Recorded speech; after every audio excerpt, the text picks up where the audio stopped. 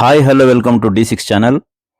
పాలకుర్తి నియోజకవర్గంలోని పలు ధాన్యం కొనుగోలు కేంద్రాలని స్థానిక శాసనసభ్యురాలు శ్రీమతి యశస్విని రెడ్డి గారు బుధవారం రోజున ప్రారంభించారు. పాలకుర్తి మండలంలో, కొడకల మండలంలో ఈ రోజున, దేవరపల్లి మండలంలో ఈ రోజున ఆమె కొనుగోలు కేంద్రాలను ప్రారంభించడం జరిగింది.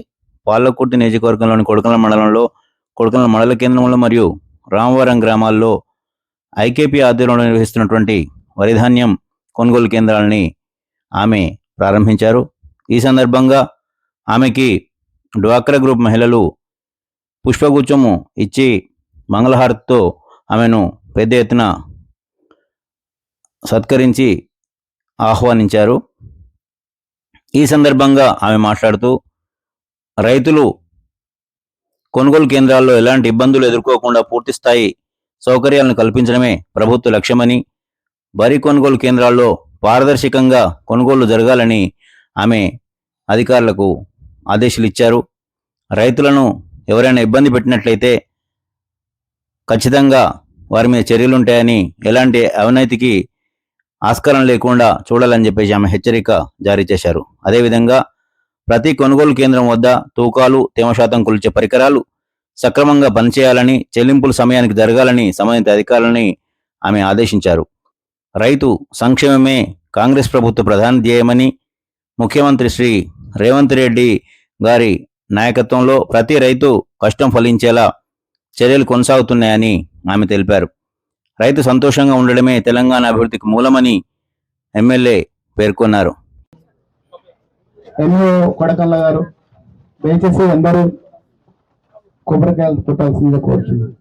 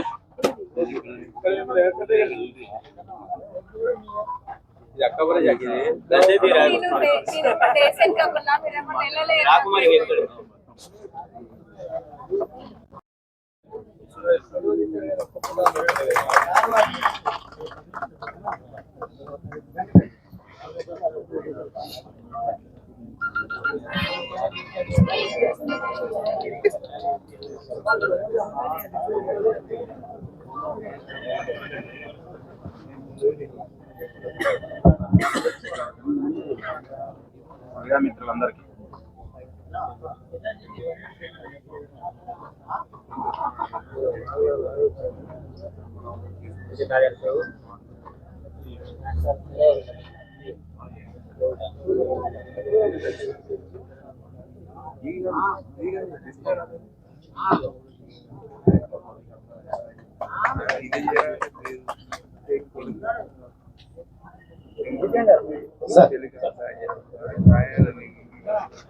నమస్కారం.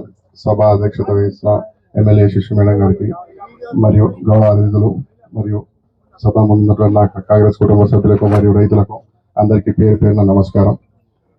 కాంగ్రెస్ ప్రభుత్వం చేపట్టిన గొప్ప లక్ష్యం ఈ సన్న ఓట్లు తీసుకోవడం మరియు వాటికి 500 రూపాయలు బోనస్ ఇవ్వడం, ప్రజలకు ఎక్కడ కూడా మార్కెట్లో పోసి రైతులు ఎక్కడ నష్టపోకుండా ప్రభుత్వం ముందుకు వచ్చి 500 రూపాయల బోనస్ ఇచ్చి 2800 రూపాయలు ఈరోజు పెట్టి కొనడం జరుగుతుంది. దాన్ని మనం అందరం కలిసి సద్వినియోగపరచుకోవాలని కోరుకుంటూ, రానున్న ఎలక్షన్లో కానీ ఎక్కడ కానీ కాంగ్రెస్ పార్టీని గెలిపించి అందరూ విజయవంతం చేయాలని నా యొక్క మనవి. ఈ యొక్క వరిధాన్యం కొనుగోలు కేంద్రాలను ఉద్దేశించి మాట్లాడాల్సిందిగా కోరుచున్నాం. వసంత మేడం గారు, డిఆర్డిఓ గారిని మాట్లాడుతున్నారు.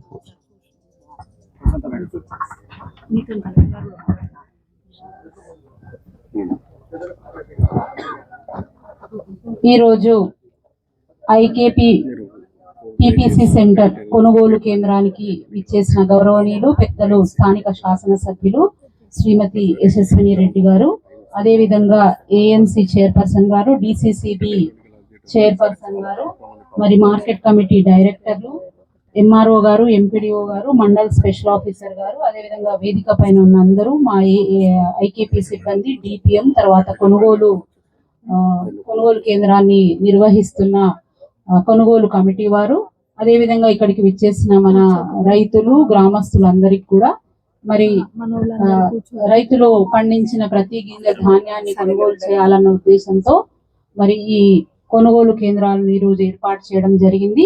ఆ విధంగా మనకు కొడకండ్లలో మా ఐకేపీకి సంబంధించి 10 కేంద్రాలు మేము నిర్వహిస్తున్నాం. మరి ఈరోజు నేను నిర్వాహకులను కోరేది ఏంటంటే మరి సక్రమంగా రికార్డుల నిర్వహణ కానీ, ఓపీఎంఎస్ ఎంట్రీస్ కానీ చేయడము, అదేవిధంగా అంటే ప్రతి రైతుకు సంబంధించిన కొనుగోలు చేసిన ప్రతి గింజ ధాన్యానికి పూర్తి స్థాయిలో వారికి డబ్బు అందేలా చూడాల్సిన అవసరం ఉంది. అదేవిధంగా రైతులను నేను కోరేది ఏంటంటే ఇక్కడ కొనుగోలు కేంద్రం వారితో ఈ పర్చేసింగ్ కమిటీ వారితో పూర్తి స్థాయిలో సహకరించవలసిందిగా కోరుతున్నాను. మరి మనకు వాతావరణం సంబంధించి కూడా మనం అప్రమత్తంగా ఉండాల్సిన అవసరం ఉంది. ఎప్పుడు ఎండ ఉంటుందో ఎప్పుడు వాన ఉంటుందో తెలియని పరిస్థితి ఉంది కాబట్టి ఇటు కొనుగోలు కమిటీ వారు కానీ రైతులు కానీ అప్రమత్తంగా ఉండి టార్పాలిన్ షీట్స్ తగిన సంఖ్యలో కొనుగోలు కమిటీ వారు సిద్ధంగా ఉంచుకోవాలి. మరి రైతులు కూడా ఇక్కడ వేసేసినాము మా పని అయిపోయింది అన్నట్టు కాకుండా, ఎందుకంటే మరి తడిసిన ధాన్యం ఉన్నట్లయితే మళ్ళీ మనకు కొన్ని ఇబ్బందులు ఏర్పడతాయి కాబట్టి అందరూ కూడా ఇటు కొనుగోలు కమిటీ వారు అటు రైతులు అందరూ కూడా అప్రమత్తంగా ఉండి మరి ప్రతిరోజు కూడా కొనుగోలు కమిటీ వాళ్ళు ఇక్కడ అన్ని సమయాల్లో అందుబాటులో ఉండాలి. ఎవరైనా లంచ్కి వెళ్ళినా కూడా ఇంకా ఒకరు వెళ్ళినా కూడా ఇంకా 2-3 ఇక్కడే అందుబాటులో ఉండి రైతులు ఎప్పుడు ఎవరు ధాన్యం తీసుకొచ్చినా నో అని చెప్పకుండా వాళ్ళ పూర్తి స్థాయిలో సహకరించి ఈ కేంద్రాన్ని విజయవంతంగా నిర్వహించవలసిందిగా కోరుతూ ఇందుకు సహకరించవలసిందిగా, మరి అదేవిధంగా ఇక్కడ ఉన్న ఎంపీడీఓ, ఎంఆర్ఓ గారు కూడా నిరంతరంగా పర్యవేక్షిస్తూ వాళ్ళకి కావాల్సిన విధంగా గైడెన్స్ అందజేస్తూ స్పెషల్ ఆఫీసర్ గారు కూడా ఉన్నారు. మరి కలెక్టర్ గారి ఆదేశాల ప్రకారంగా మరి ఈ సెంటర్లు ఎక్కడ ఇబ్బందులు ఏర్పడకుండా మనం విజయవంతంగా నిర్వహించుకోవాల్సిందిగా కోరుతూ, అదేవిధంగా పూర్తి స్థాయిలో మా అందరికి సహకరించవలసిందిగా పాత్రికేయులను కూడా కోరుతూ, మరి ఈ సెంటర్ మరి మార్కెట్ కమిటీ అనేది మనకు కీలకమైనది కాబట్టి మనం అందరం కలిసి ఈ టీపీసీ సెంటర్ ను విజయవంతంగా నిర్వహిస్తూ పెద్ద ఎత్తున ధాన్యాన్ని కొనుగోలు చేయాలని కోరుకుంటున్నాను. అలాగే ఇప్పుడు మన ముఖ్య అతిథి మన స్థానిక శాసనసభ్యులు మామిడిల యశస్విని రెడ్డి మేడం గారు మా యొక్క కొనుగోలు కేంద్రాన్ని ఉద్దేశించి మాట్లాడాల్సిందిగా కోరుచున్నాం.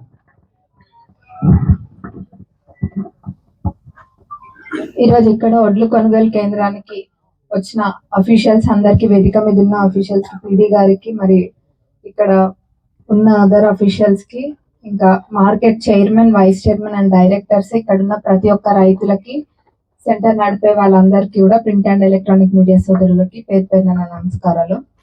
ఆల్రెడీ ఇందాక పీడీ గారు కూడా చాలా క్లియర్ గా చెప్పిండ్రు. సెంటర్ లో ఎప్పుడైనా కానీ టార్పాలిన్ షీట్స్, గన్నీ బ్యాగ్స్ అన్ని కూడా ఎప్పటికప్పుడు అవైలబుల్ ఉండేటట్టు చూసుకోండి.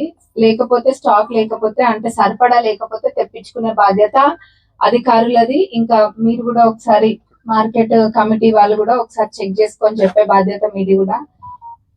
షీట్స్ అయితే కంపల్సరీ ఉండాలి. ఎప్పటికన్నా కూడా మనము ఈసారి ముందు ఓపెన్ చేసుకున్నాము సెంటర్, ఎందుకంటే వర్షాలు పడే అవకాశాలు ఉన్నాయి కాబట్టి ముందు పంట పండించుకున్న ఏ ఒక్క రైతుకు కూడా నష్టం జరగద్దన్న ఆలోచనతోటి ముందే ఓపెన్ చేసుకున్నాము. తప్పకుండా ఇటు నుంచి బాధ్యత ఉంటది. రైతులది ఎవరిదైతే ఒడ్లు ఉన్నాయో మీరు కూడా బాధ్యత వహించాలి. అంటే అక్కడనే ఆరబోసుకొని తెచ్చుకుంటే కొంచెము ఇక్కడ సెంటర్ రాగానే ఎక్కువ సమయం పట్టకుండా ఇమీడియట్ గా వీలైనంత మటుకు అక్కడ ఆరబోసుకొని వస్తే ఇక్కడ చేసి ఇమీడియట్ గా మూవ్ చేయొచ్చు. కాబట్టి మీరందరూ కూడా ఎప్పటికప్పుడు వాతావరణం కూడా ఎట్లుంది అన్నది కూడా కనుక్కొని ఎప్పటికప్పుడు తగిన జాగ్రత్తలు తీసుకోవాలి. ఇంతకు ముందు ఏంటంటే మనకి పోయిన వాటిలలో 5 కిలోలని అట్లా కట్ చేసేటోళ్ళు, కానీ ఇప్పుడు మన ప్రభుత్వం అధికారంలో, కాంగ్రెస్ ప్రభుత్వం అధికారంలోకి వచ్చినప్పటికెళ్ళి కూడా ఎక్కడ 1 కేజీ కూడా కట్టు కావట్లేదు. ఎందుకంటే రైతుని రాజు చేయాలన్న ఆలోచన కాంగ్రెస్ ప్రభుత్వంది. అప్పుడైనా ఇప్పుడైనా రైతుని రాజు లాగా చూసేది కాంగ్రెస్ ప్రభుత్వమే. ఇంకా సన్న బియ్యము ముందు ఎవరు ఇయ్యలే, ఎవరైనా ఇచ్చిండ్రా మనకు సన్న బియ్యం? ఇంతకు ముందు సన్న బియ్యము కాకుండా దొడ్డు బియ్యం వచ్చేది. దొడ్డు బియ్యం మీరు ఎవరు కూడా తినకపోయేటోళ్ళు. అంతకు ముందు తినేటోళ్ళేమో కానీ ఒక 10-15 ఏళ్ళకెళ్ళి కూడా ఎవరు దొడ్డు బియ్యం తింటారు. కాబట్టి సన్న బియ్యం తినే తిండి దగ్గర ఏం తేడా ఉంటదని సన్న బియ్యం కూడా అది అప్పుడు హామీ ఇయ్యకపోయినా ఇది అవసరము పేద ప్రజలకి ఇది అవసరం అని చెప్పి ఆ సన్న బియ్యం కూడా ఇవ్వడం జరిగింది. అందరూ తృప్తిగా వండుకొని తింటున్నారు ఇళ్లలో. ఇంతకు ముందు లెక్క కోడ్ల ఫామ్లకో లేకపోతే పిండ్లు పట్టించుడో ఆపేసి మంచిగా తృప్తిగా తింటున్నారు. ఇల్లు వచ్చినాయి, 3500 ఇల్లు వచ్చినాయి నియోజకవర్గానికి, ఇంద్రమ్మ ఇల్లు. ఇంకా కూడా 2 విడతలు వచ్చేది ఉంది. ఇవన్నీ కూడా కలుపుకొని ఎక్కడ కూడా ఏ గ్రామంలో అయినా కానీ అంటే మాకు ఇల్లు లేదు అనే పేదవాళ్ళే ఉండరు, ఈ మిగతా 2 విడతలు కూడా కలుపుకొని. కాబట్టి అందరూ కూడా గమనియండి, చెప్పే ప్రభుత్వం వాళ్ళది, చేసే ప్రభుత్వం మన కాంగ్రెస్ ప్రభుత్వం. అంతకుముందు డబుల్ బెడ్రూమ్లు అన్నారు, వాళ్ళు వస్తే ఎక్కడ ఉంటారు, అల్లుడు వస్తే ఏడుంటారు, కోడలు వస్తే ఏడుంటది, గొర్రె బర్రె అని అన్ని ముచ్చట్లు చెప్పిండు. ముచ్చట్ల మట్టుకు అంకితం చేసిండ్రు, కానీ చేతలలో చేసి చూపిస్తుంది మన ప్రభుత్వం. అంటే కాకపోతే ఏంటంటే వాళ్ళేమో ఇంత చేస్తే ఆవగింజ అంత చేస్తే ఇంత చెప్పుకుంటారు, మనమేమో ఇంత చేసినా ఇంత చెప్పుకోవాలన్న ఆలోచన మనకు రాదు. కానీ గ్రామాలలో కూడా అందరు గమనియాలి, ఏ పనులైనా కానీ తప్పకుండా అయితే. ఇంకొకటి, ఇంటిగ్రేటెడ్ స్కూల్ కూడా నేను చాలా సందర్భాలలో చెప్పినా, మళ్ళా చెప్తున్నా, 6 మండలాలు, మా మండలం అంటే మా మండలం అని అన్నా, మాకు అన్ని మండలాలు సమానమే. కాబట్టి కొడకండ్ల కొంచెం అభివృద్ధిలో కొంచెం వెనక్కుంది. కొడకండ్లలో ఈ స్కూల్ పెడితే చుట్టుపక్కల మండలాల వాళ్ళు కూడా వస్తారు, ఇంకా కొడకండ్లలో ఎక్కువ అభివృద్ధి జరుగుతుంది అన్న ఆలోచనలో ఇంటిగ్రేటెడ్ స్కూల్ కొడకండ్లకే పెట్టించిన. మొన్న చూసిండ్రు పాలకుర్తి చెన్నూరు రిజర్వాయర్, అది ఎన్నేళ్ల నుంచి పడవబడ్డది. ఏమైనా అయినాయా పనులవి? 20-25% పనులు కాలే. గతంలో అంత పొడుగు ముచ్చట చెప్పేటోళ్ళు ఉంటుంది మాజీ గారు. కానీ ఇక్కడ రిజర్వాయర్ దగ్గరకు వచ్చేసరికి మరి ఆ చురుకుతనం లేకపోయే, ఎక్కడేసిన గొంగలు అక్కడనే ఉండే, మన పనులు కాలే. ఇప్పుడు 1000 కోట్ల పైన ఈ ఆరి ఉండి, ఇది మన జియో కూడా వచ్చింది. అతి త్వరలో అక్కడ పనులు కూడా ప్రారంభమైతాయి. పాలకుర్తి చెన్నూరు రిజర్వాయర్ పూర్తి చేపిస్తా అని మొదటి నుంచి కూడా చెప్తున్నా. ఈ 2 ఏళ్ల వ్యవధిలో తప్పకుండా పాలకుర్తి చెన్నూరు రిజర్వాయర్ పూర్తి చేసే బాధ్యత నాది. అట్లనే మహిళలకైతే ప్రత్యేకంగా చెప్పనవసరం లేదు, ఎందుకంటే మన ఇంద్రమ్మ రాజ్యంలో మహిళలకి పెద్దపీట వేసినాం. ఎప్పుడైనా కానీ ఇల్లు వస్తే ఆ ఇల్లు కూడా పట్టాలు ఎవరి పేరు పైన వస్తున్నాయి? ఆ ఇంటి మహాలక్ష్ముల పేరు మీద వస్తున్నాయి. మీకు కొండంత ధైర్యం కాదు అది? బస్సులలో పోతుండ్రు, ఎడికైనా దవాఖానాలకైనా లేకపోతే పిల్లల్ని చూసుకోనికైనా ఇంకెక్కడైనా మీరు చిరు వ్యాపారాలు చేసుకోవడానికైనా పోతుండ్రు.